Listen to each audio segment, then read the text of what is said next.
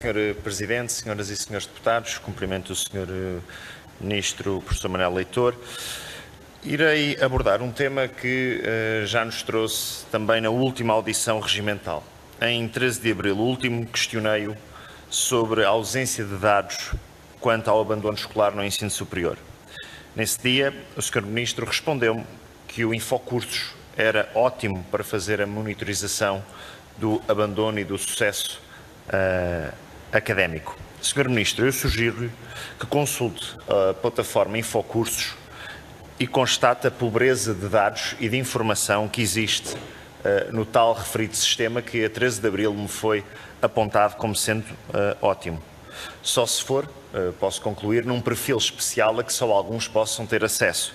E por isso vou insistir fazendo algumas perguntas que julgo que qualquer cidadão interessado ou qualquer aluno, qualquer estudante gostaria de saber. Qual a taxa média de abandono no ensino superior? Qual o ano em que houve mais abandono? Em que áreas de formação o abandono escolar é maior?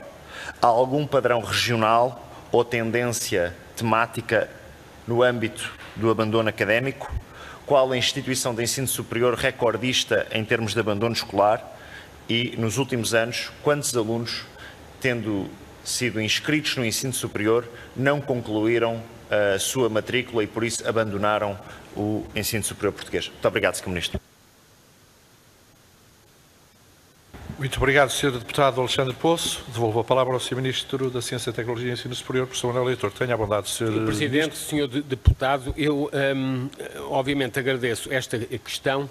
Isso é uma pergunta e uma temática em Portugal, na Europa e no mundo sempre relevante. Mas é tão relevante que também é uma questão que tem que ser feita com particular atenção. E não podemos ser alarmistas.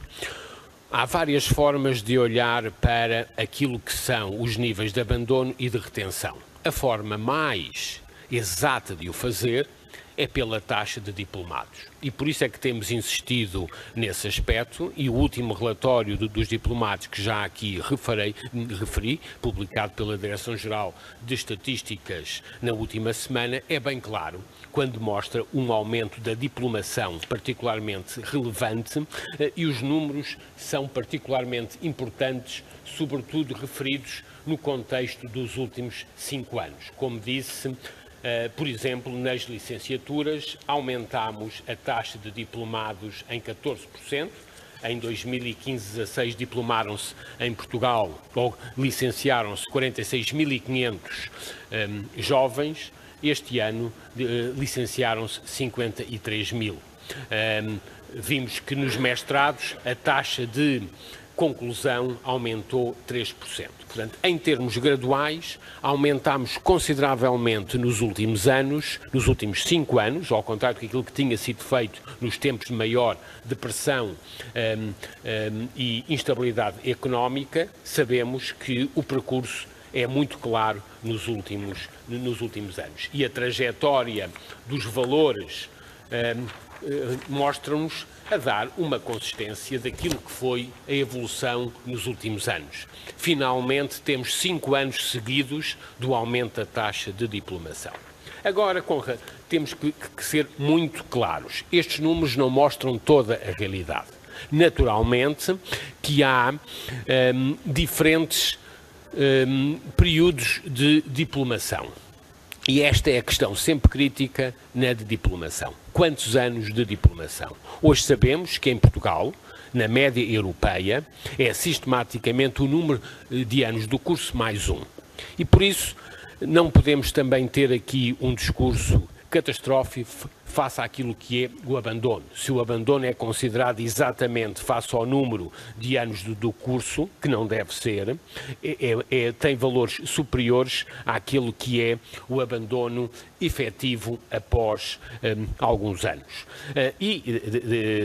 Esta é uma análise que requer um cuidadoso estudo caso a caso, que vai para além dos números estatísticos, requer, portanto, portanto, estudos sistemáticos. O que lhe posso dizer é que temos incentivado as próprias instituições, e isso está no âmbito do contrato de legislatura, a reduzirem a taxa de abandono escolar, e agora o Plano de Recuperação e Resiliência, nos seus programas Impulso Jovens, STEAM e Impulso Adultos, um dos objetivos e uma das metas para todas as instituições é a redução do abandono, do abandono escolar. E por isso nunca é demais trabalhar nesta temática, nunca é demais insistir, nunca é demais apresentar estatísticas, e os dados e as perguntas que me fez irão ser certamente respondidas, e solicitarei à Direção-Geral do Ensino Superior com o apoio das instituições para responder efetivamente às perguntas que aqui faz. Bem, devolvo a palavra ao parlamentar do PSD e ao Sr. Deputado Alexandre Poço. Tem a palavra, tem a bondade. Muito obrigado, Sr. Presidente. Sr. Ministro, finalmente, ao fim de 3 meses, concluímos que as questões que o Grupo Parlamentar do PSD apresentou em abril eram sensatas, e por isso eu também, em abono da honestidade de saúde, que passado 3 meses, portanto estamos em julho, portanto acredito que em outubro ou em novembro, quando estivermos a discutir o Orçamento de Estado para 2022, vamos conseguir ter resposta a todas estas questões, porque a sua intervenção evidenciou claramente que, se nós quisermos olhar para o abandono e perceber tendências, análises, estatísticas, números, apenas conseguimos ver pelo número de matriculados e conseguimos ver pelo número de alunos diplomados. Ou seja, é uma análise muito pobre, e por isso aquilo que me disse em abril deste ano, há 3 meses, não tinha qualquer fundamento que possa depois ser comprovado do ponto de vista empírico. E, sendo o Sr. Ministro um homem da ciência, eu até dou de barato que o seu Ministério terá a capacidade de apresentar esses dados, mas teremos de esperar 3 meses, ou então o Grupo Parlamentar do PSD irá submeter estas questões por escrito, porque continuamos a entender que o tema do abandono não se pode apenas ficar por uma análise tão leviana como aquela que nos fez aqui, mas no final lá admitiu que, infelizmente, aquilo que disse em abril não era verdade, e, portanto, o PSD tinha razão quando criticou a falta de dados relativamente ao abandono escolar.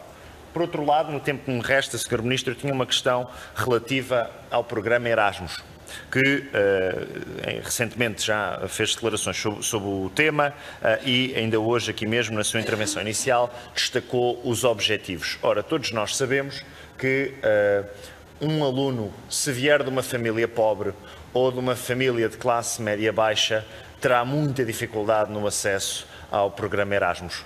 E se nós queremos alargar a base social, se nós queremos que todos os estudantes tenham uma oportunidade de participar no programa Erasmus, apenas e só elencar objetivos de participação de 70% ou de subir de 1 em cada 10 para 1 em cada 3 alunos a participar no programa Erasmus, nós precisamos depois de as concretizar. E sabemos que há aqui 2 tipos de problemas no âmbito da participação no programa Erasmus. Por um lado, o valor da bolsa que é paga a um estudante português para ir estudar para muitas cidades europeias é insuficiente para fazer face ao custo de vida, e, portanto, só quem tem acesso a uma bolsa dos pais, ou seja, quem tem recursos económicos em casa, consegue ir de Erasmus. Por outro lado, sabemos também que os pagamentos das bolsas continuam a ser um tema que importa quando um aluno ou uma família tem de decidir se inscreve ou não no programa Erasmus, porque elas chegam muitas vezes atrasadas, e por isso, Sr. Ministro, eu quero lhe perguntar muito diretamente o que é que irá fazer, quer no âmbito do valor que é pago das bolsas, quer na rapidez de pagamento, para garantir que, quando os alunos vão de Erasmus, conseguem receber aquilo que